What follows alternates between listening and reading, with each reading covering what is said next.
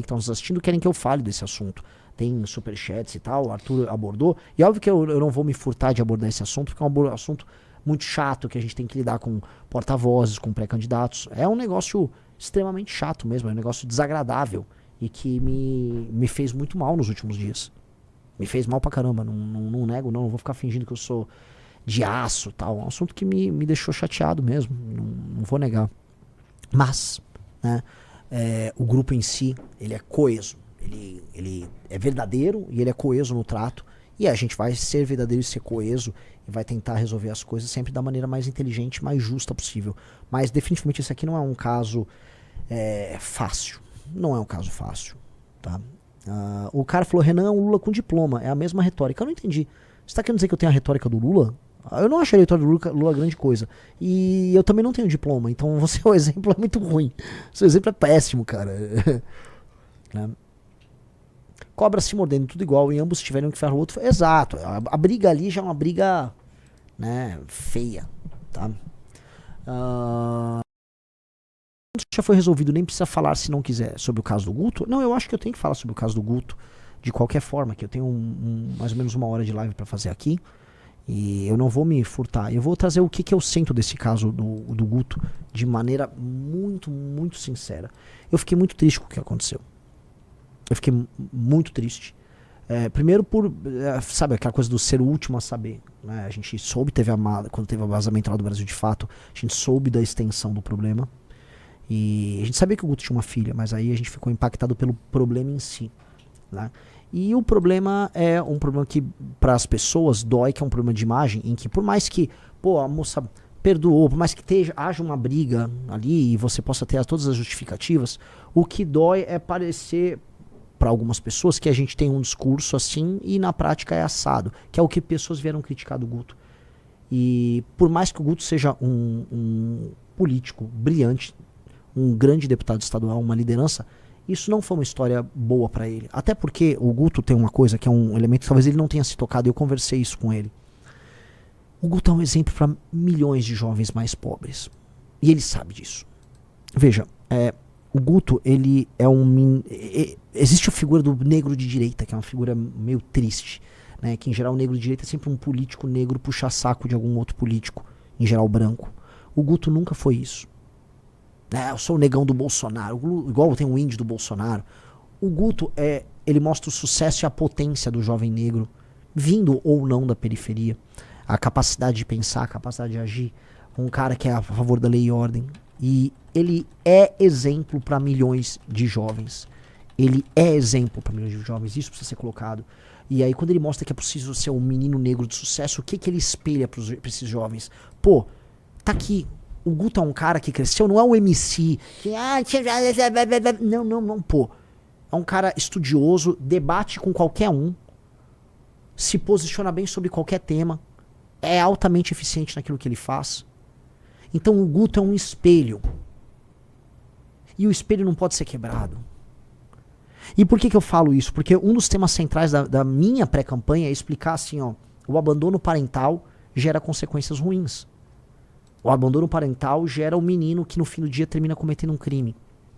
E por mais que assim, teve o negócio do áudio, que eu pessoalmente preferi nem ouvir, mas sei o contexto, eu li o contexto do áudio, mas é o contexto do áudio ali, é uma disputa, uma briga ali que foi parar na justiça, que a moça já perdoou, falou que aquilo está descontextualizado, independente de qualquer coisa, aquela história está dentro de um contexto de abandono parental.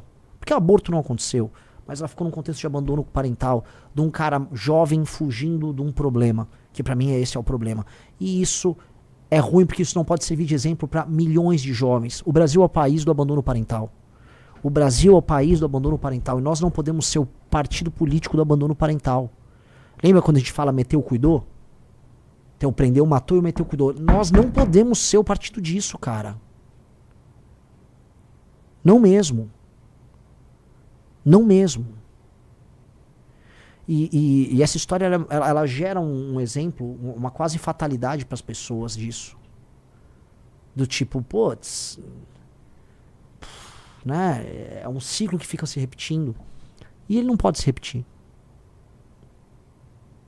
Ele não pode se repetir. Enfim, Hoje a gente tem um partido. O Guto é um dos. Pô, o Guto é o primeiro deputado estadual da história do partido. O Guto, ele sempre está na nossa história. E é uma pessoa brilhante, é um grande amigo. Mas o Guto, ele tem que viver o que ele fala nesse sentido. E, pra mim, ele precisa, mais do que essa questão do áudio. A questão do áudio, eu até vou com... Assim, o partido tem uma área ética. Agora a gente tem essas partes burocráticas, a gente tem um partido. E eu acho que no Conselho de Ética é legal o Guto explicar o contexto daquela briga. Até porque o tema do combate ao aborto é um tema que ele é cláusula pétrea dentro do partido. A gente não vai discutir, não é nem tema de discussão. Muita gente fala, não, mas é espectro, é a favor do aborto, fulano de... Pode falar o que quiser. A posição do partido não é essa. A posição do partido é favorável à manutenção da legislação atual e ponto. Isso é ponto pacífico na instituição. A questão toda não é essa. A questão toda é assim, ele vai lá e se explica, é o abandono ao longo do processo de um cara que fugiu do problema e que a gente precisa, na prática, dar exemplo nisso. Porque isso, tanto quanto a questão do aborto, e em termos de políticas públicas, talvez até mais, isso tem consequências. E eu acho que o Guto tem que se comprometer com a consequência e com a solução. Eu acho que o Guto tem que dar um exemplo de como não cometer o abandono parental, o abandono da figura masculina com o seu filho ou sua filha. Porque isso claramente tem consequências. Eu passei os últimos meses gravando sobre isso, dando entrevistas sobre isso, trazendo estatísticas sobre isso. A gente não pode incorrer nisso. E acho que a redenção do Guto tem que passar necessariamente por uma mudança nisso, porque ele é um exemplo, ele é um espelho para milhões de jovens. E a gente tem que ser isso, cara. A gente tem que ser o exemplo que a gente tá querendo viver na sociedade. A gente tem que ser isso. Então não adianta a gente... Eu sei que a militância, vamos defender o Guto, eu acho sensacional a defesa, o espírito de corpo é guerra. Agora, dito isso, a gente tem que falar que temos um problema aqui.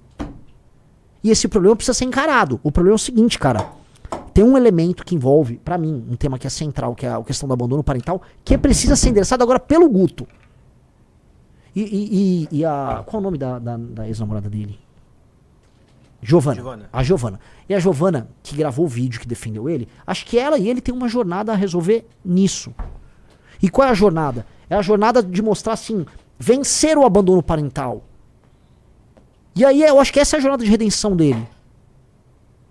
Porque o que mais me chateou nessa história, tirando o fato de ele não ter falado dessa história pro grupo, não ter trazido drama pro grupo pra resolver, tirando os problemas da briga ali com ele e ela, que eu volto a colocar, briga de marido e mulher, não se bota a colher.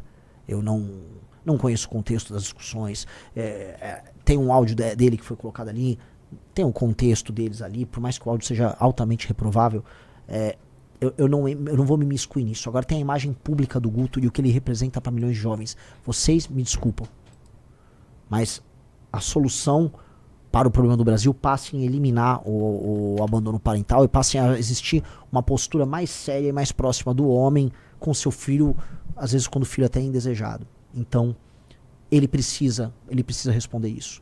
Este tema precisa ser resolvido. Então, assim, as pessoas nossas, internas, precisam sentir que o Guto vai endereçar esse tema. Porque esse tema é um tema fundamental para o nosso partido. Esse tema é fundamental não só para a nossa comunidade. O MBL, no fundo, é uma comunidade de amigos que sofre junto, que vence junto, que perde junto. E agora está na hora do Guto, que foi defendido muito pela galera, apresentar para o público essa redenção. E não uma redenção de marketing. Eu tô cagando para marketing aqui. Isso aqui a gente tem que viver um discurso que é essencial pra gente. Esse discurso é essencial pra gente. Porque é sobre mudar um problema concreto do Brasil.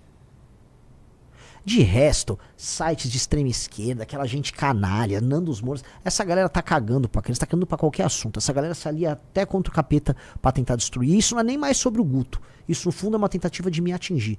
E essas pessoas só estão fazendo isso porque na última semana eu subi nas pesquisas. Ponto. Porque se fosse falar de maneira fria, essas pessoas iam usar isso na época da eleição contra o Guto. Elas iam bater no Guto no período da eleição. É porque eu subi agora nas pesquisas, bateu um pânico, os caras pegaram uma caixinha e saíram usando o que eles podiam usar pra nos atacar. E eles, tirando essa história que é uma história desabonadora, eles só tinham isso. Agora, o que eu quero do Guto? Tô falando isso, eu já falei com ele em particular, tô falando isso agora como uma das lideranças do Partido Missão. Cara, nós temos que viver aquilo que nós falamos. E isso passa nessa questão do abandono parental, que é o que gera a menina que não tem amor próprio e que acaba se relacionando mal ao longo da vida e que gera um menino que vai parar na mão do crime.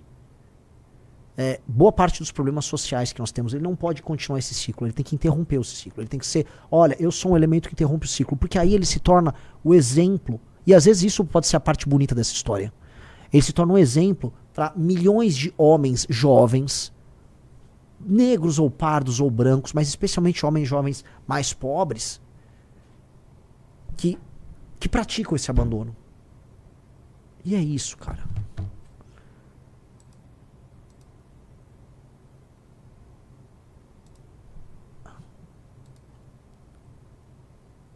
E é isso, cara.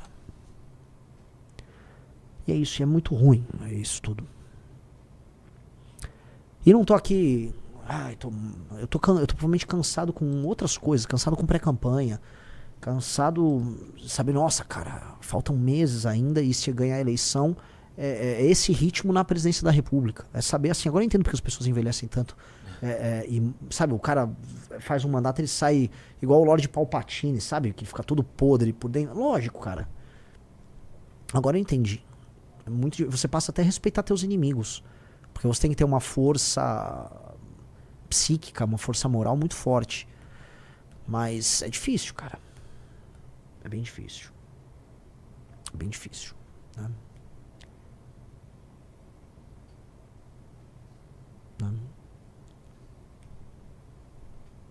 E é assim, Renan, tem um cara que falou, Renan, o peso sobre seu... Cara, minha obrigação. É minha obrigação. Se eu vencer as eleições presidenciais, eu vou ter que lidar com questões muito maiores do que essa. Isso aqui é sobre um ataque político e sobre uma postura inadequada de uma liderança política que é inspiradora.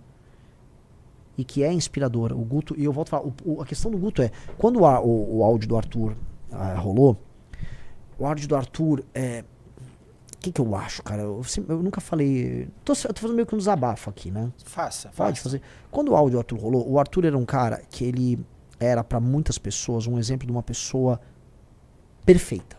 O Arthur era um role model pra muita gente. Ele era um cara que ele era forte, amigo, leal, esperto, inteligente, era o deputado mais econômico, decissionava tudo de errado. Aí, quando saiu o áudio, os inimigos se refastelaram porque tava num contexto de guerra, tava no meio do carnaval, então as pessoas estavam meio desocupadas e podiam ficar rodando. O áudio em si, ele era bizarro, ele era engraçado, ele soava até perverso na piada, né? Mas para algumas pessoas, por um período de tempo, a imagem que elas tinham do Arthur, desse super cara, ela quebrou, porque havia uma outra pessoa por trás do Arthur. Mas isso foi em grande medida bom para o próprio Arthur, porque eu acho que hoje o Arthur é um ser humano melhor do que ele era. Porque ficou claro que o Arthur é um ser humano normal e que a gente não tem que ficar construindo imagens públicas. A gente talvez tenha que ser o mais exposto e a gente tem que ficar pelado para as pessoas do ponto de vista da exposição, porque é a única maneira de você se blindar é sendo terrivelmente verdadeiro, inclusive com seus defeitos. E aí ele melhorou, porque ele assumiu os defeitos dele e ele melhorou nesse sentido, ele se tornou mais sincero. E, ok, o caso do Guto é um caso em que a admiração que existe pra ele isso está no mapa eleitoral dele, se dá às vezes com um menino que é muito pobre e mora num bairro humilde. O Guto é um espelho para jovens em posição às vezes de pobreza e ele apresenta assim um sucesso, um dinamismo. O Guto é muito importante pro Brasil. O Guto é muito importante pro Brasil. Então ele não pode falhar. Eu falo assim, a gente não tem condição de errar. Aí as pessoas às vezes criticam, vocês não têm isso, aquilo. Eu prefiro nem ter vida pessoal. Eu não tenho vida pessoal de nada. Porque a nossa vida pessoal se torna até um problema. E ninguém, absolutamente ninguém é perfeito. Todo mundo tem seus erros na intimidade. Todo mundo erra aqui ou acolá. Você não pode passar de certos limites, é óbvio, mas... Né? Mas às vezes você acaba tendo que abdicar disso para o teu legado, para a construção de algo muito maior. E eu acho que esse é um recado que fica para todos nós, e é isso, né? É isso. Então eu acho que o Guto tem um compromisso em nome de todos nós e acima de tudo em nome da filha dele. começar pela filha dele, de reverter esse ciclo. Todos os lugares que eu vou, eu falo dessa questão do abandono parental. E a gente tem esse diagnóstico. A gente não pode ser o diagnóstico.